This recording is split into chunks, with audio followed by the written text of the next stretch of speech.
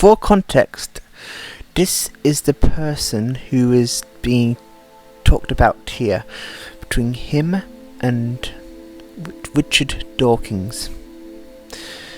And I hope that is enough an indicator, and with that, we can read that first, see who he is, and then move on from there to move on to the main show itself, shall we? This is the thing itself. So let me check if it's working okay.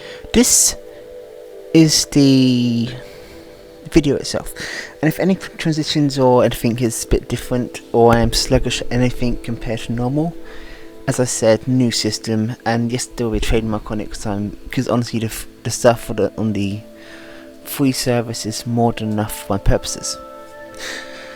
But regardless, let's begin, shall we? Dawkins, welcome to the show. Thank you very much. Ayaan Hirsi Ali recently, despite you being perhaps the world's most famous atheist, described you as one of the most Christian people that she knows. Why did she say that? I adore Ayaan. I'm a great fan of hers. I have talked to her about this.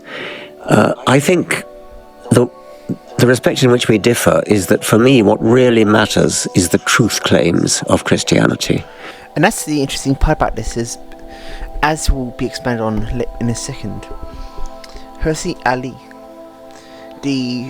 her end ambitions versus the ambitions of others is so very different that a lot of the natures of being atheist itself would not be suitable to her, because all she wanted was a scapegoat to basically be a front of a greater culture war itself, versus actual genuine inquisition or inquest about the legitimacy of the religious claims itself. I'll continue anyway. And for her what really matters is the morality, the politics actually.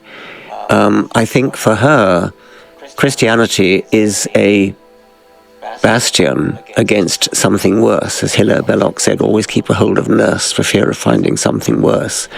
And for her, I think she wants a faith which will help people to stand up against worse faiths. And she singles out Islam, she singles out China, I think, and Putin and wokeism. Yes. I'm with her on all those. And to the extent that I think that a religion might be valuable for political reasons, I would go along with her. But I think it's the wrong way to approach religion. I think that what really matters about a religion is whether it's true. And to adopt a religion for context, I don't really agree with the stance that you need a ideology to fight Russia, China, and all that stuff. Just for clarity, I find that sort of mindset very harmful to have, because it's like, at the end of the day, if that's what you're actually approaching it from, you're trying to approach attacking something from ultimately enforcing false ideals, and that is something which has more negative implications in the long run. Because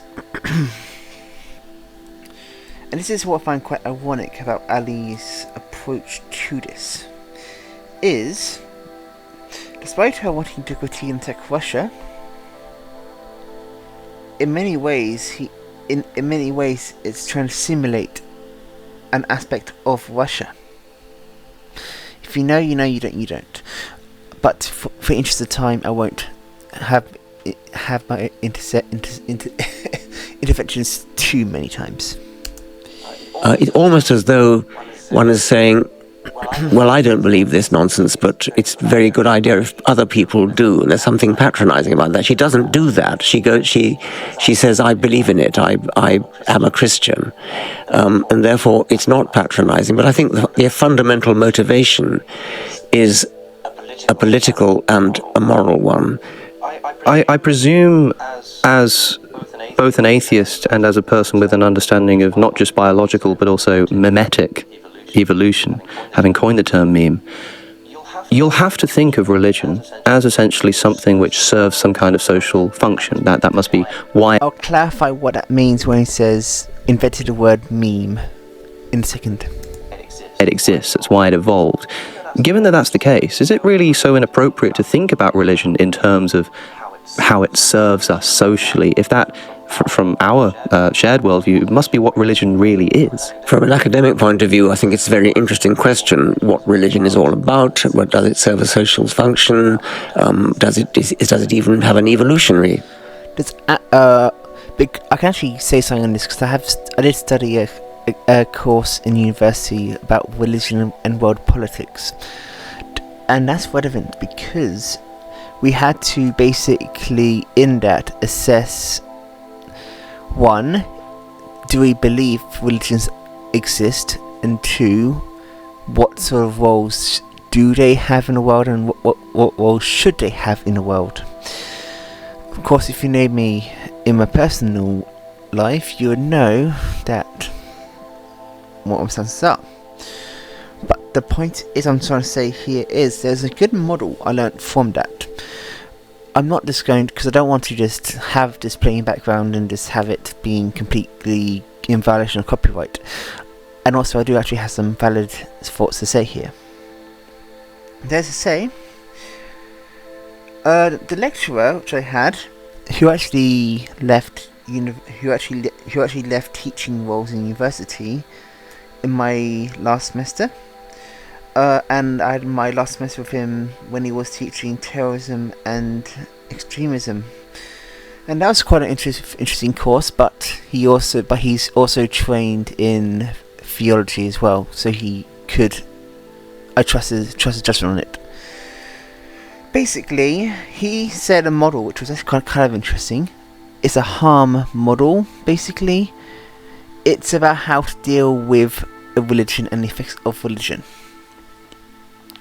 It's more to do with state powers, more so, and each one has its own implication. There's the coercion cooperation.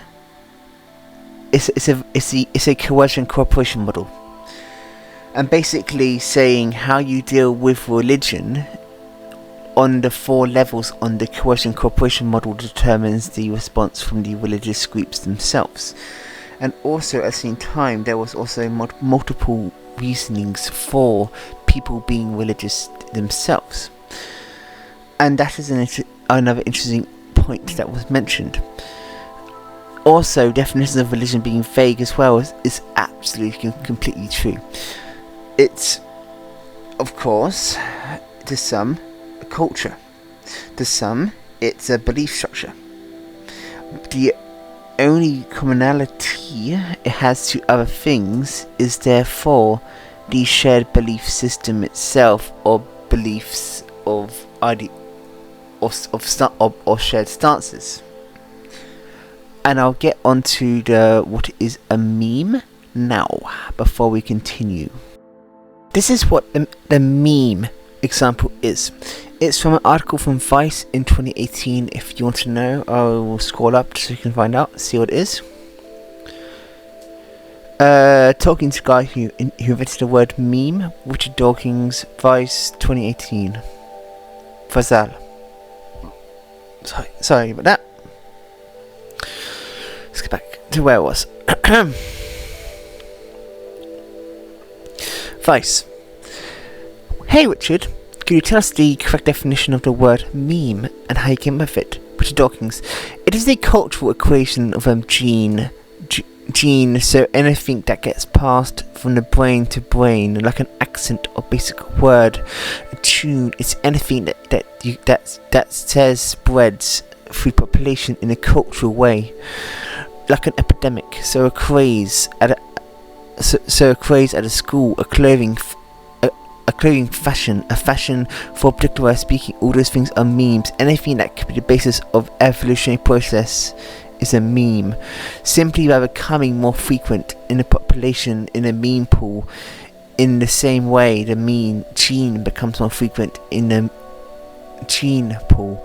So basically, how this relates to religion specifically is the commonalities of passed on traditions.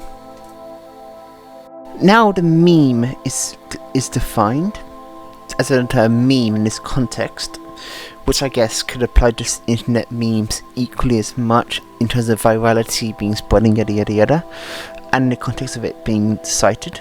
Let us continue. Benefit. And that interests me as an academic. To me, though, it's a huge step to go from even saying it's a good thing, even saying that I wish there were more Christianity in the world, even to say that is nothing to do with believing its truth claims. I mean, truth claims. And also the point which wasn't mentioned here because it was a shorter thing, and I'm sure they will expand it into it in a longer form, but I don't read this into longer form. But the question then would be, if you were to promote Christianity or whatever, or promote a extended thing like that, Christianity or any other religion, you would need absolute confirmation that what you're standing for is the truth itself. If you do not have that confirmation that it's the truth itself, you do not have a reason to necessarily spread it in the first place. That's a key distinction here.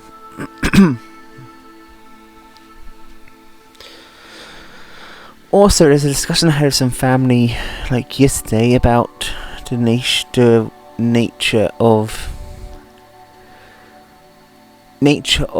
religious beliefs, actually.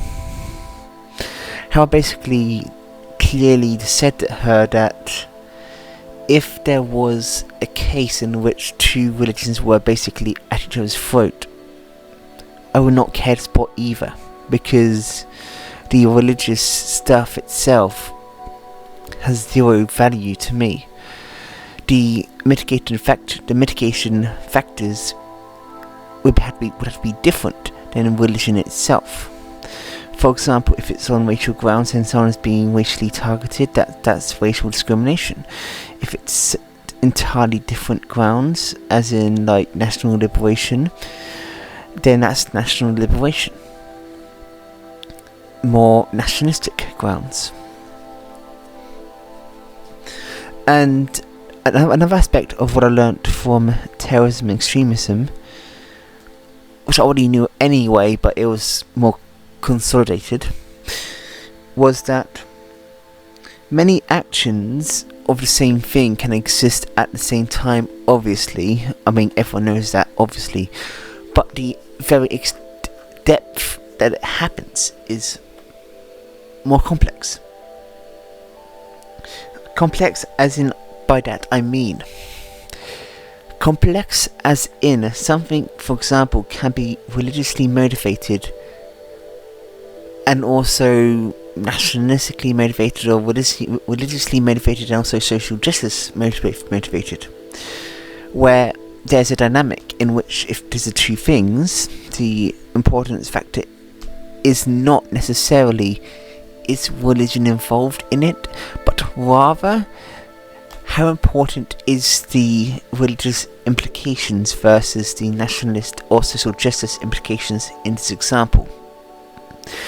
If the religious implications go above the nationalistic or social justice, then it is a primarily religious thing and can be judged as such. I hope that's very clear and understood.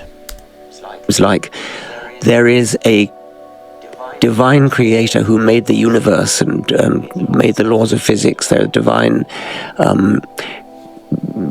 creator who made the world, who listens to our prayers, who forgives our sins, who sent Jesus to be born of a virgin and then had him crucified. I mean, those are all truth claims. Of course, none of that matters as long as it helps us fight Putin. As far as that's the difference between me and Ayan. And as Alex O'Connor said there, the difference there makes a huge thing, which he doesn't say it because he's being professional, but I'm not. I don't have to be as professional. But at the end of the day, Ali's thinking is bankrupt, because by promoting one supremacy over another supremacy to try and counteract the other supremacy will only lead to the rise of another supremacy, which will which will lead to a cycle of resistance to supremacies constantly emerging and repeating and repeating and repeating. And that's the key issue here. The cycles of destruction caused by the reaction to the emergence and response to things like this is severe. I suspect that she doesn't really believe any of that. And presumably many Christians, and I've seen many Christians reacting to this story of Ayan's conversion, issuing a similar skepticism as many atheists have been, saying, well, we care about... The reason why they're skeptical, for reference, I won't cover this Ali's thing because it's relevant to the grand scheme of things. I'm going to only cover extracts here only because I just want to highlight a few points here and there and then leave it at that. But the point is that the reason why the religious ones are skeptical of Ali is because in her statement she basically didn't use the word God very much at all. She didn't use the word faith very much either. She basically, her rhetoric was mostly about culture wars, less about the religious devotion. And that's why there is atheist and theistic skeptical stances around her position, Christianity as a set of truth claims. We care about it saying something real about the world. If somebody can become a Christian just by preferring it as a more comfortable worldview, what does that say about Christianity? I mean, I said a moment ago that, well, for us, religion just is a social tool, essentially. And I think that the ability to adopt Christianity just because of its social function is evidence in favor of our case, that that's all religion is. Yeah, I think we agree about that. I think where we perhaps don't agree... I tend to agree with that as well, that religion is mostly a social control function. No, I wouldn't say we disagree. I would say that our fundamental motivation is a bit different, because I think that for you, well, if I ask you what you think the worst thing about Christianity is, I suspect you say something moral, something about the problem of evil, something about the horrific ideas of the... The reason why I cover this is because what he said next after this is the important factor here of what's super important to cover. Of Paul and the early Christian fathers, that we're all born in sin, and we needed the death of Jesus to save us. That's the kind of thing that I suspect drives your atheism, whereas for me, that's irrelevant. I mean, for me, I talk about it, but for me what really drives it is the scientific question is there a creator underneath the universe? Because if there is, then it's a profoundly different kind of universe from a scientific point of view, from if there isn't. To me, that's the big question. The problem of evil, to me, shouldn't be a real problem, because you just say, well, there could be an evil God. That's a lesser question for me. Yes. I tend to agree with him on this because so far the universe itself implies that it isn't a god or gods anyway yet. Yes, there's unknowns about the universe, but there's nothing that implies a god existing. And and this is why I'm saying I find it's an interesting discussion, because I tend to agree more with Richard Dawkins on this point, because the science of the world, if a god does exist versus a god does not existing, would be very different, because without a god existing, it'd be purely naturalistic, as we see today. Obviously, if a god that can be omnipresent and omnipowerful is there, some rules will be changed, some things would change, and implications will be slightly different here and there. And that's where the distinction is, and that's what I think can come about depending on your level of religious involvement before being an atheist. Because if you were more involved around religion, you have to deconstruct from religion in the first place, which will then mean you have to question everything So naturally thinking about a problem of evil itself is completely natural of a thing to do. And as a direct result of that, if you didn't, you really won't think of that logic. And of course, at the same time, there's also a chance that even if you come from a religious background, you still could not care about that sort of stuff either, and still fall on straight into the argument of science. I think I actually do broadly agree with you, and that when I explain why I don't believe in God, I do make reference to things like the problem of evil, but it's difficult for me to frame those as moralistic objections. It's more that when considering a particular worldview like Christianity, I think what would I expect the world to look like? And especially considering how suffering is built into the evolutionary system, it makes it very difficult for me to believe that this is being supervised. But like you say, this could just be an evil God. What is your video sound? Be 2 seconds. Go to artlist.io and get the best music and sound effects for your video. I'm really interested in your characterization of the existence of God and the beginning of the universe as a scientific question. And I wanted to probe this a little bit, because I had a thought that was inspired by something that C.S. Lewis had said on the relationship between science and religion. And I have this image in my head of people who are really optimistic about the progress of science and the scientific method. And they say something like, look, this actually does relate to the theme analysis of the Remembrance of Earth past books, which I am doing, which I'm getting back to, don't worry. I'm just wanting to get this, then the Zionist aligned one, then I will do part 2 of that. So don't worry. But something interesting that Shane Liu mentioned was about how the progression of science, which probably more talks about his stance about it, is that the progression of science is inherently atheistic, which is quite an interesting stance. I know it's maybe irrelevant, but it's just an interesting side thought.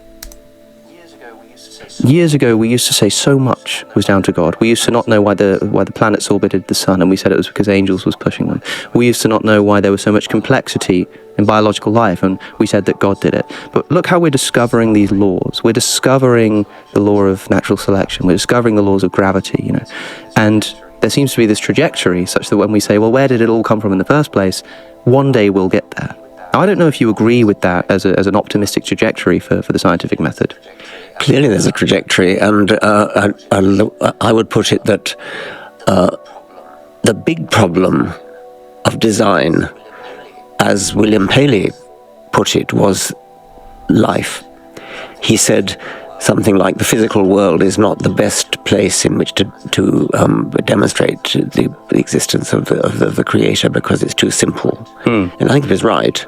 And he was also right when he said that the really big problem for religion is life. And yes. His whole book is based upon looking at design in the living world. Darwin solved that. So Darwin solved the big one. And we have some remaining problems. The arc hasn't really reached its end. We still have some problems with the origin of the laws of physics, the origin of the universe.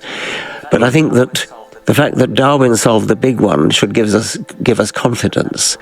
That was the really difficult one. The amazing apparent design in the living world. I mean, that is such a staggeringly overwhelming impression of design. There's no question about that. And that was the one that Darwin solved. Darwin solves the problem of complexity within living organisms, but I think it might be a step too far to say he solved the problem of life, because of course one of the questions that we have to throw into that bundle of things yet to explain, the origin of physics, yes. The origin of life. Well, that's not part of Darwinism, of course. That's a separate question, and Darwin acknowledged that. And that is an unsolved problem. It may never be solved, in the sense that we may never actually know what the answer is. This is something also interesting to note, is that some things, and this is why I guess the difference between someone being a theist or atheist, right? Some things you just will never know because you just will never know it. I mean, that's... And how you respond to not knowing things impacts everything else. Because if you are fine just not knowing it and maybe finding out in the future what it is, then fantastic, you'll be fine. But if you're not okay doing that, then you're not going to be in a good position to have a position on it at all. Then there's also the other cap in this, which is a lot of theistic elements, which is wanting answers for the answer's sake, basically. And that's what is the biggest issue here, where people go to a religion because they think they need an answer, so they get any answer, even if it's the wrong answer. I think the best we can probably hope for is a model which is so elegant that we may say, well, that's so elegant, it's got to be true. But that's a bit different from having direct evidence. At present, we don't really have that. We have various possible ideas, with some of them more plausible than others. And I think we know the kind of question we're trying to answer. We're trying to answer, how did the first self-replicating entity come into existence? And that's a big question. It only had to happen once.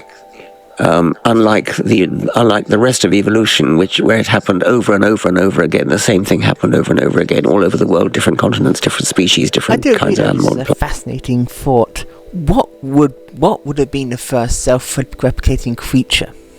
That would be fascinating.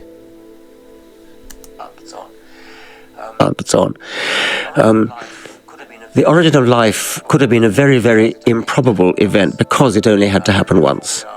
And therefore we are potentially allowed to postulate something very unlikely, something very implausible. I find that quite an interesting point, actually, that I mean, if you take it to an extreme, so suppose we are the only planet in the universe which has life, we can't rule that out. I think it's highly unlikely, but we can't rule it out.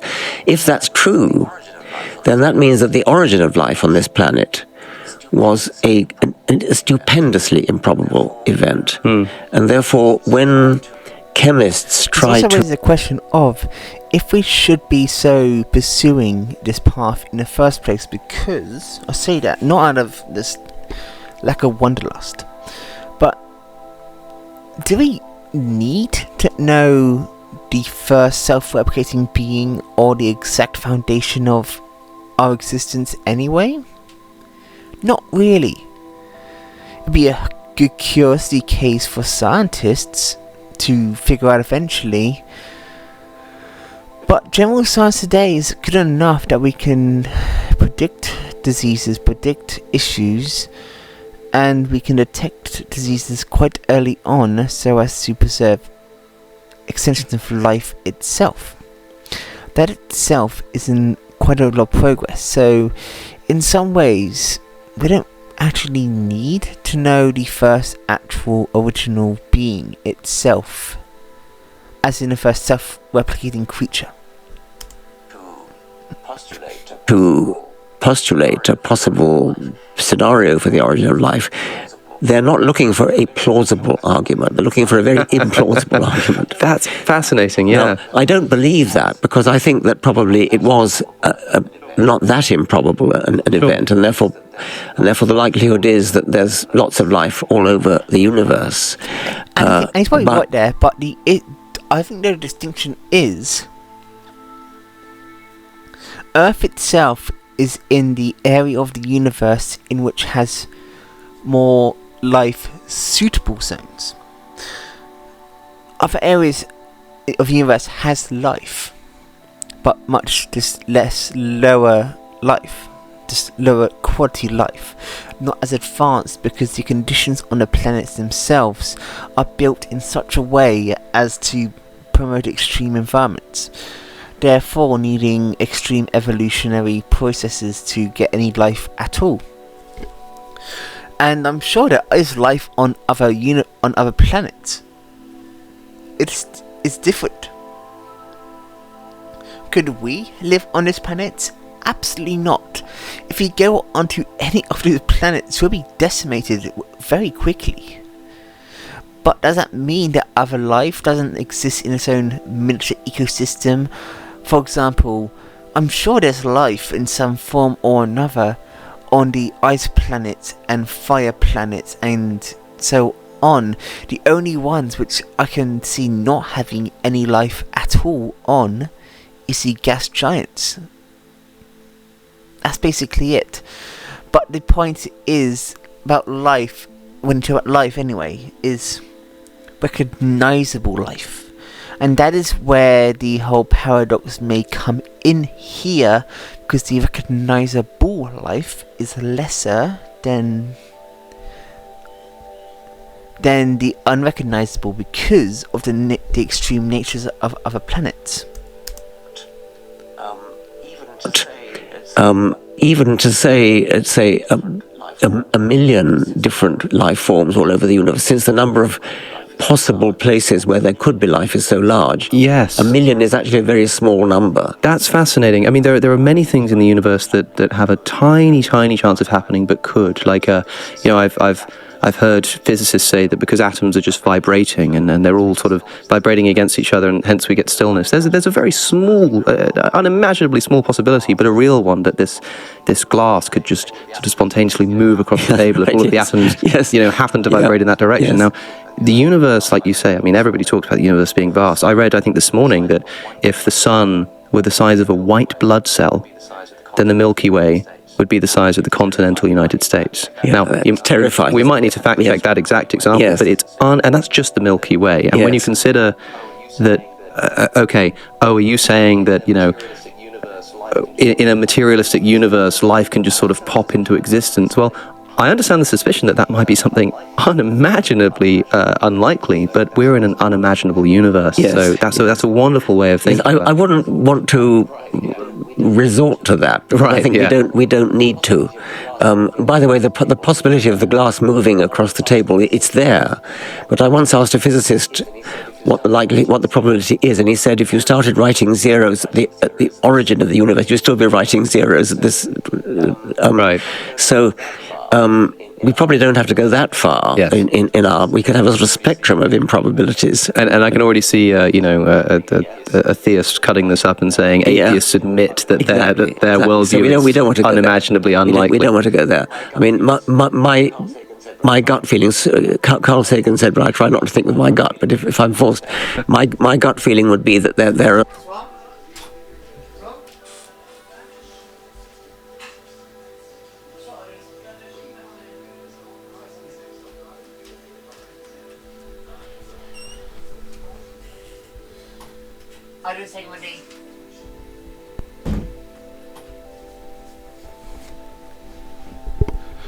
Sorry about that. I had to do something very quickly.